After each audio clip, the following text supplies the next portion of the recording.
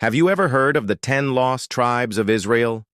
Their story begins around 722 BCE, when the mighty Assyrian Empire conquered the northern kingdom of Israel. In the wake of that conquest, 10 of the 12 tribes were said to have vanished, dispersed, erilda, or perhaps even absorbed into foreign lands.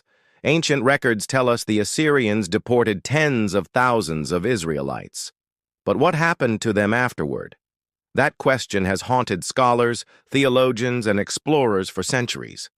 Are they gone forever, or simply hiding in plain sight? The Bible offers few clues beyond the exile. The books of Kings and Chronicles confirm the Assyrian conquest, but don't follow the tribe's fate. Later Jewish texts, like the Talmud, suggest the tribes were relocated beyond the mysterious River Sambation, where they lived in isolation, waiting to return. Medieval travelers like Eldad Hadani claim to have met descendants of these tribes in Arabia and Africa. Some rabbinic scholars believe the tribes would return at the end of days, forming a messianic army. Were these stories myth or coded memories of real migrations? In the early modern era, European explorers and colonial powers became fascinated with finding the lost tribes. Some thought they had located them in Ethiopia, among the Beta Israel community, Jews who practiced ancient customs and rituals that predated modern Judaism. Others linked the Pashtun tribes of Afghanistan to the Israelites, based on linguistic similarities and tribal names like Yusufzai, the sons of Joseph. Even Native American and Japanese groups were proposed as candidates. While many of these ideas reflect colonial romanticism, they also reveal a deep yearning to trace human history's missing links. Genetic studies in the 20th and 21st centuries offered new tools to investigate these claims. For example, DNA tests among the Lemba people of southern Africa revealed genetic markers shared with Jewish priestly families, the Kohanim, supporting oral traditions of Israelite descent. Similarly, some groups in India's northeast, like the B'nai Menashe, claim descent from the tribe of Manasseh. Their customs include kosher dietary laws, Sabbath observance, and biblical festivals. While not conclusive, these connections have led to limited immigration to Israel under the law of return, showing the powerful role identity plays in shaping modern destiny.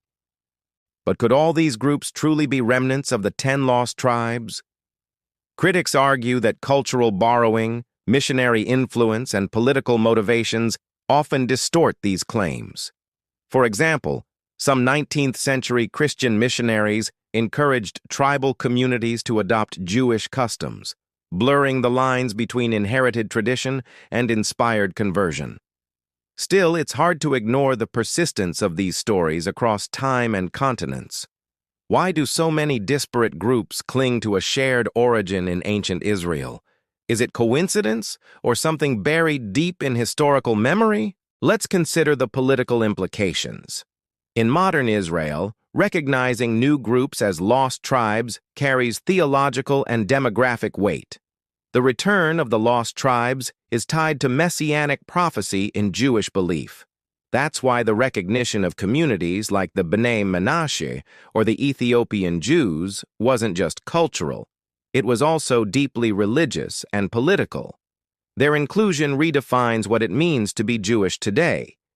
It's no longer just about lineage or belief, but also shared narrative, struggle, and hope.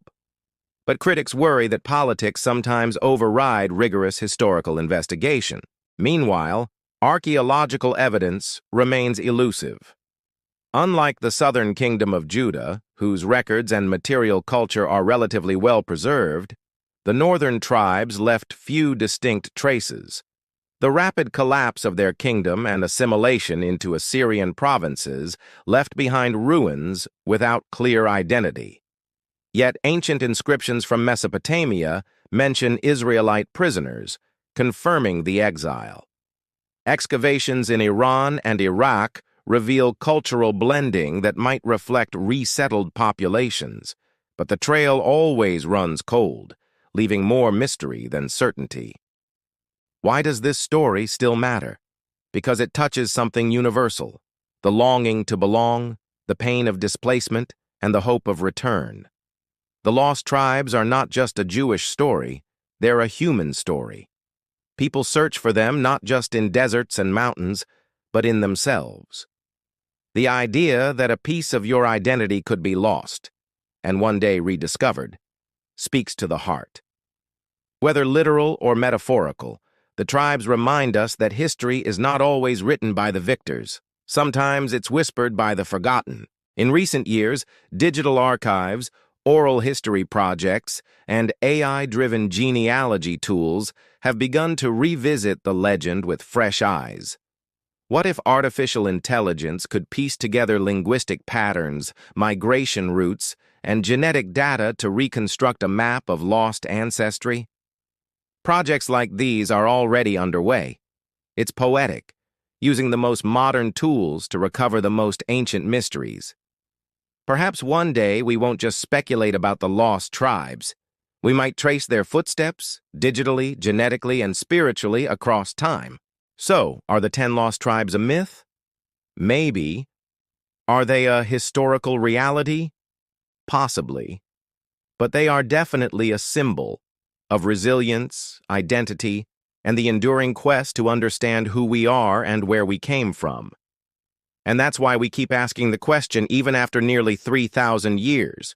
If this exploration intrigued you, don't forget to like, subscribe, and tell us in the comments, where do you think the 10 lost tribes went?